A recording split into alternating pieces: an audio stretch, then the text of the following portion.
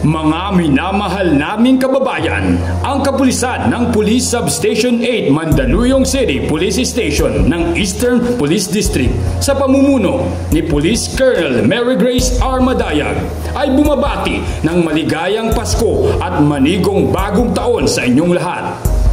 Sa ating pagdiriwang, kasama ang ating mga mahal sa buhay, ating tiyakin ang kaligtasan ng ating mga sarili at maging mapagmasid upang hindi mabiktima ng mga masasamang loob.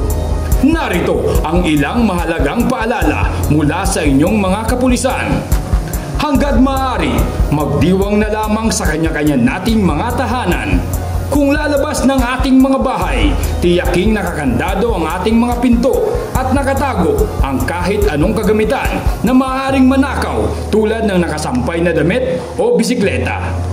Gayon din, huwag nang i-post sa ating social media accounts kung tayo ay luluwas, lalong-lalo na kung walang maiiwan sa ating mga tahanan. Kung di maiiwasan, marapat na lang na itagubilin sa pinagkakatiwalaang kapitbahay ang inyong tahanan at ipaalam din kung kailan kayo babalik.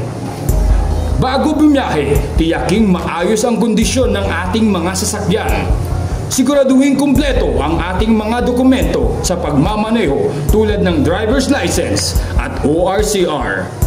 I-safety lock ang ating mga pintuan, lalong-lalo na kung may mga kasamang bata sa sasakyan. At hangga't maaari, huwag tayong mag-iwan ng mahalagang gamit sa ating mga sasakyan na maaaring makakuha ng atensyon ng mga masasamang loob. Kung tutungo ng mall at iba pang mga matataong lugar, maging mapagmasid. Mas mabuting ilagay sa harap ng ating katawan ang mga dalang bag. Huwag ding maglalagay ng cellphone o wallet sa likod ng ating mga pantalon. Mas mabuti ring magdala lamang ng sapat na pera at iwasan ang pagsusuot ng mga mahaling alahas. Maging mabusisi sa pagbili ng Christmas lights at iba pang electronics decorations.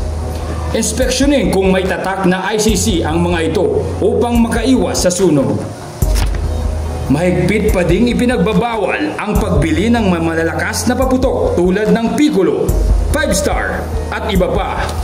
Gumamit na lamang ng mga alternatibong pampaingay tulad ng torotot, tambol, busina at mga kaldero. Maaari namang makulong ang sino mang mahuhuling magpapaputok ng baril sa pagsalubong ng Pasko at Bagong Taon. Higit sa lahat, huwag nang magdalawang isip na lumapit sa kapulisan upang humingi ng tulong o para i-report ang kahit anong kahina-hinala na dapat mabigyan ng aksyon. Lagi nating tatandaan na ang Pasko at Bagong Taon ay panahon ng pagbibigayan. Isa puso natin ang diwa ng pagmamahalan. Sasama-sama nating ikalat ang mensahe ng pagkakaisa sa ating mga kababayan. Muli, magandang araw sa ating lahat. Paalala mula sa lahat ng bumubuo ng Mandaluyong City Police Station. Merry Christmas and Happy New Year!